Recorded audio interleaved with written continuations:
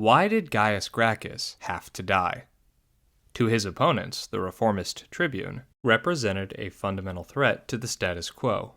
But millennia later, it is very difficult to discern anything truly radical in his political program, and certainly nothing that merited the unyielding opposition from the conservative faction of the Senate, to the point that Gracchus and his allies had to be violently purged from Roman society by aristocratic death squads.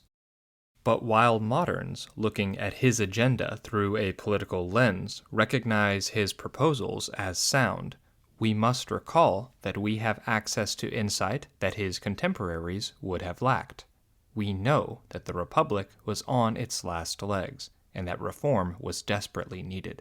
Specifically, that his plan to extend citizenship rights to the Italian allies was not just fair and well-reasoned, but entirely necessary to prevent the devastating social war which would erupt a generation later. However, another reason that we can fail to understand the conviction displayed by Gracchus's conservative opponents is that we view the political landscape from the perspective of modern party politics, where coalitions of the electorate are forged and reforged with regularity, as politicians compete for the loyalty of voters with every fresh election.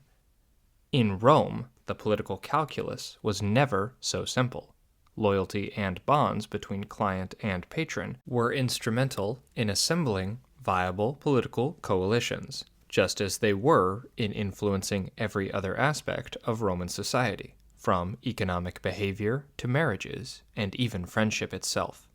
The relationship between client and patron was the glue that held Rome together and provided it with its high degree of social cohesion.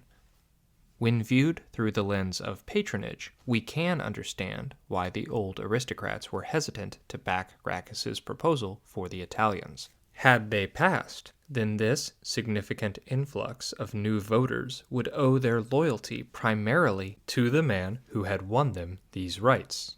Thousands of votes would now be reliably in the Gracchus corner, transforming him into the most powerful player in the Republic overnight. For, even when he was not a candidate himself, Gracchus would have been able to utilize his power block to give a significant edge to his preferred candidate.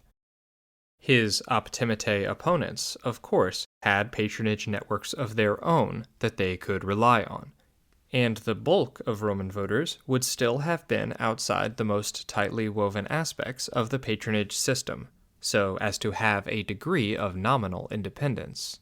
But the thought of Gracchus placing a huge new slice of the electorate in his debt was too much to stomach. For a society that ran on reciprocity and mutual displays of beneficence, the new Italian voters would have owed tremendous loyalty to Gracchus, at least initially. For his opponents, this created a perverse incentive. They had to neglect the pleas of their allies for the rights that their service to the Republic had long ago merited, out of the fear that folding them into the citizen body would elevate one man to such a degree that the relative equilibrium among aristocrats was broken. As such, they were left with no choice but to fight the proposal, even though it meant neglecting their allies and likely turning their backs on elites within these communities who they themselves viewed as their clients.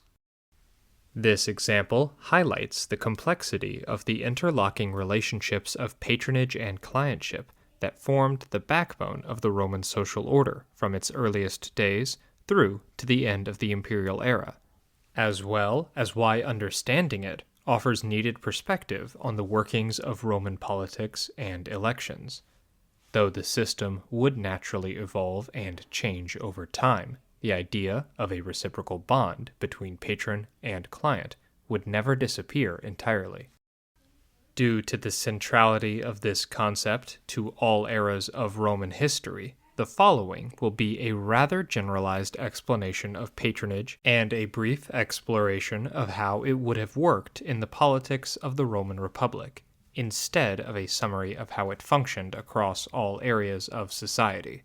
For more detailed explanations of the economic, social, and religious aspects, please refer to the sources listed in the description. For starters, the patronage system was defined by a quasi-legal set of behaviors and expectations that were broadly shared across Roman society. At the most basic level, these were the rules governing social, economic, and political behavior in terms that implicitly recognized the hierarchical nature of Roman society. Those who enjoyed greater influence, prestige, and wealth were the patrons of multiple clients, men who sat at a lower social rung. From this position, there were mutual expectations for both client and patron.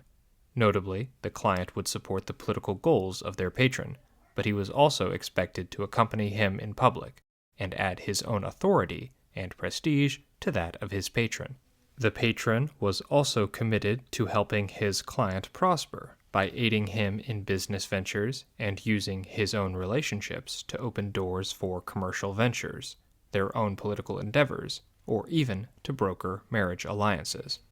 A modern metaphor that I have seen used for the relationship is the mafia don depicted in the Godfather films, a man who has the ability to make connections, offer loans, and grease the wheels where necessary, but whose aid never comes without the implication that future favors may be requested in return.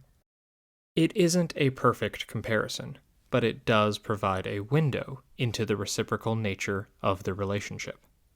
Because, even though the relationships were inherently hierarchical and operated so as to further embed the social distinctions that pervaded Roman society, it is important that we not neglect the degree to which both parties would benefit from the relationship. Though there was a natural distortion in who benefited more from the alliance, a patron would have been keenly interested in securing prosperity for his clients.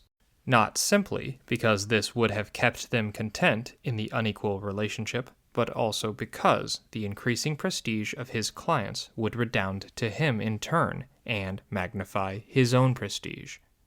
If the modern rich flaunt wealth through expensive watches and jewelry, the Roman flex was to be accompanied into the forum by men of great social standing. Conversely, to see a client become destitute would be shameful to the patron.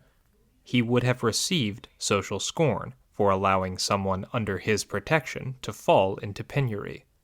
This not only would have disincentivized others from seeking to become clients, but it would have been embarrassing to the patron. If you're enjoying this video, please do us a favor by liking, commenting, and subscribing. We're a small channel, and this is the only way to get the almighty YouTube algorithm to notice us. Furthermore, you can help Tribunate become more sustainable by becoming a member for as little as 99 cents a month. Thank you for all of your support.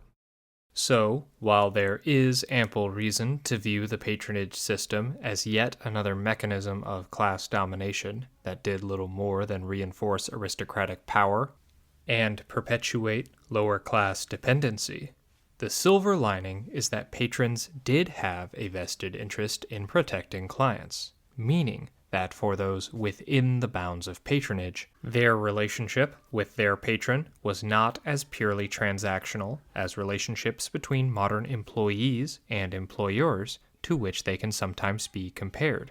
So, while the analogy isn't perfect, imagine if Jeff Bezos felt personal shame that Amazon employees were living in poverty and was thus incentivized to ensure that everyone who wore an Amazon uniform prospered.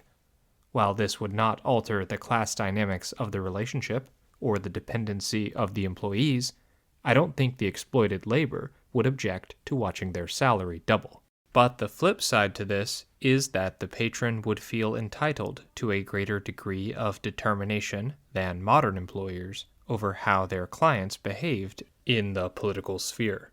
For the relationship ran both ways. A client was offered relief if they fell on hard economic times, but they were expected to follow their patron's lead on political matters, voting in accordance with his wishes, contributing to his campaigns, or showing up at speeches to cheer on preferred candidates. While this sounds to us like a grave overstepping of the boundary between the personal and the political, we must recall that the client would naturally want the candidate favored by his patron to win, as whatever alliance they brokered would presumably result in favors and opportunities from the incoming magistrate towards the patron that would then filter down to the clients.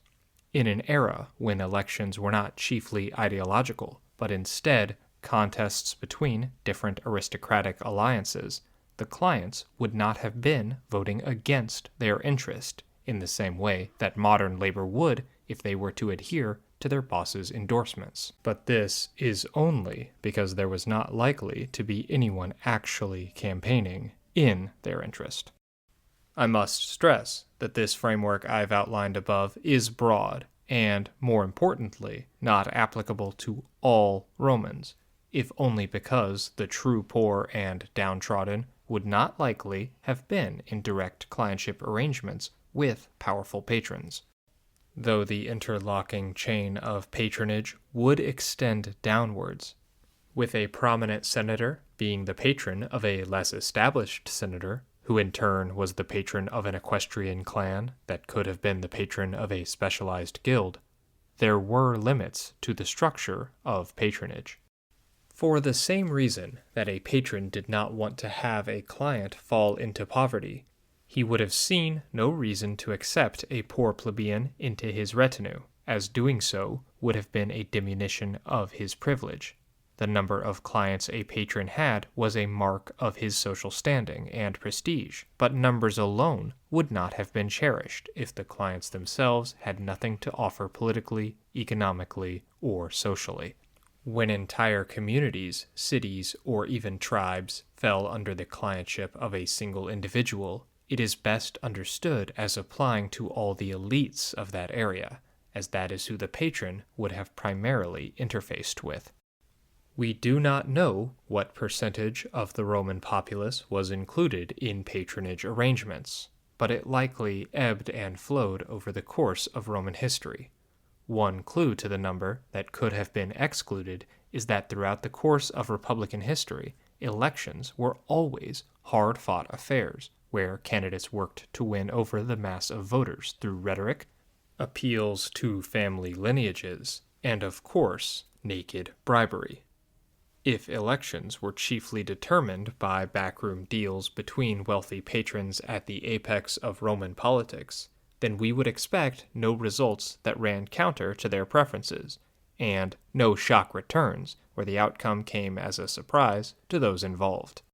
Quintus Cicero's electoral handbook speaks of the need to win over the multitude, something that would have been unnecessary if elections were a foregone conclusion in this era.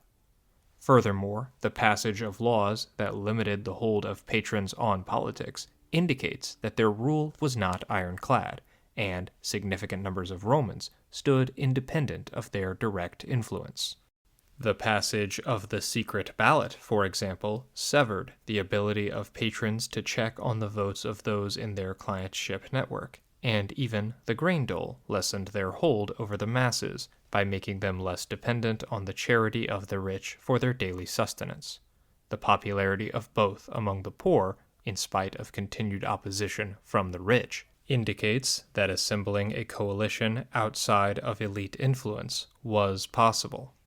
Quintus Cicero's handbook, written after the introduction of the secret ballot, shows that in this new era, even the most prominent patrons felt that they could not rely on those in their network to march in lockstep, hence a reliance on vote brokers and middlemen to build winning coalitions.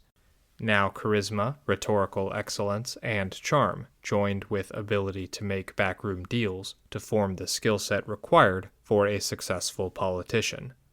This was ideal for a new generation of figures like Cicero and Caesar, who knew what it took to win elections in this environment where a number of competing factors determined voter allegiance.